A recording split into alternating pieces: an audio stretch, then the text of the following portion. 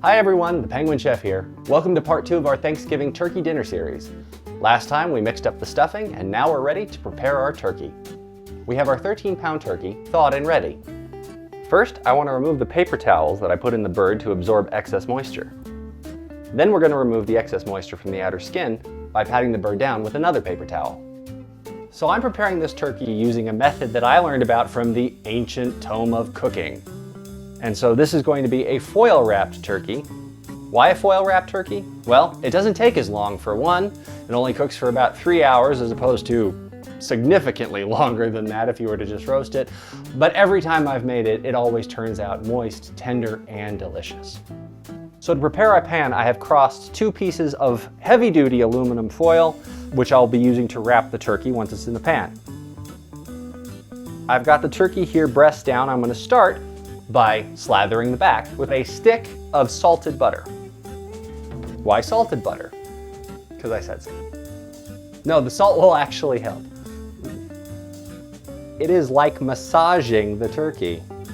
He's feeding the family. He deserves a nice massage. I always name my turkeys Terry. This is Terry the turkey.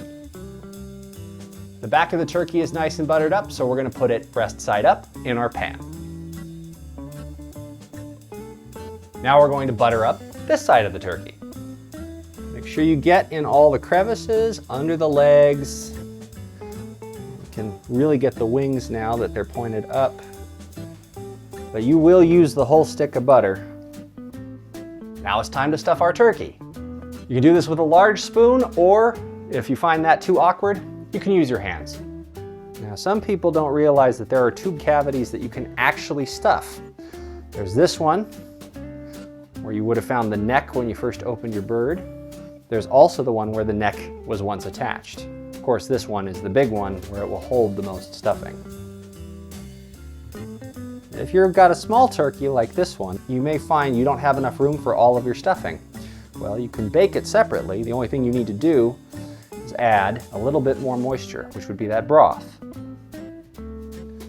Trying to keep my hands neat. Well, guess what? It wasn't working. You really want to get the stuffing in there. You really want to stuff the bird. You got to push with your hands. Don't be afraid to get your hands dirty. You can cram this pretty full. Don't worry if you can't cinch the legs up. It's going to be all sealed up in foil, so that won't be a problem. All right, that looks pretty good there. Of course, I'm getting stuffing all over the bird, but that doesn't matter. You may be able to put some of the stuffing in too.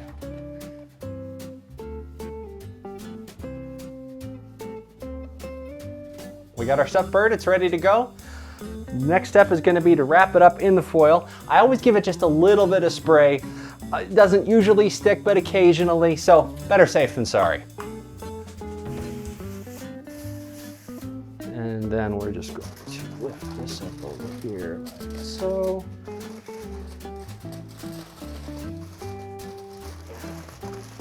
And then you want to crimp it down to try to seal it as best as you can. This turkey was actually small enough, I probably could have gotten away with just 1 piece of foil, but that's okay. And look at that, we got a nice packaged turkey here. It's all foiled up and ready to go. We can preheat our oven to 450 degrees. There's a whole chart in the ancient tome of cooking with the different cooking times for different sized turkeys. For our 13-pound turkey, it'll be cooking for 3 hours at 450 degrees. So we cook the turkey in the oven for 2 hours and 45 minutes. Then we open the foil. Using a turkey baster, we're going to splash a little of the juice from the pan over the turkey. Then we put the turkey back in the oven for the last 15 minutes to brown up the skin.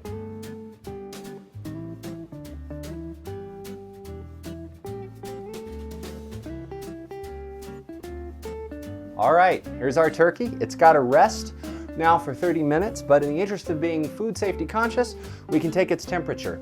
You take the temperature at the breast, avoiding the bone, and you're looking for 165 degrees, which we got. And you take it at the thigh, again, avoiding the bone, and you're looking for 180 degrees on the thigh.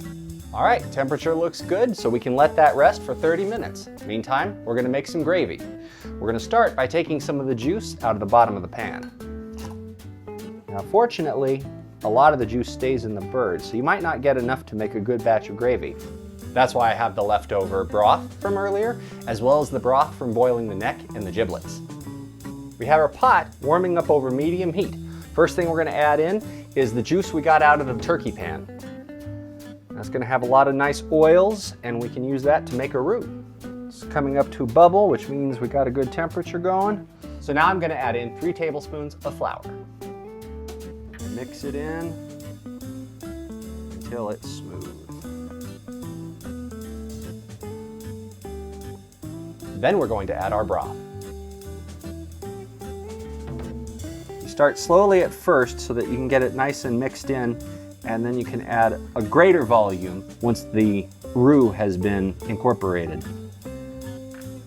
Now I'm going to add in 1 to 2 tablespoons of Scarborough powder. It's a spice mix that I make. I think you can guess what's in it. Parsley, sage, rosemary, and thyme. And we're going to add 1 teaspoon of salt. It's really to your own personal preference, but I found that a teaspoon is usually about right for gravy. All right, we're starting to bubble. We're starting to thicken up really nicely. At this point, it's a good idea to keep stirring until it's the exact consistency you want.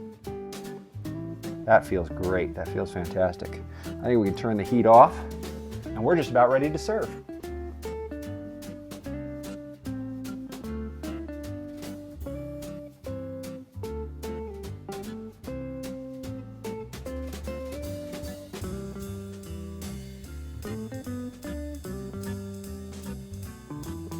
So here we have it, a full Thanksgiving dinner with turkey with gravy, mashed potatoes, stuffing, green bean casserole, biscuits, and some nice Jell-O.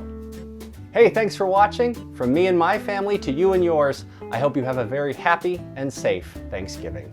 Until next time.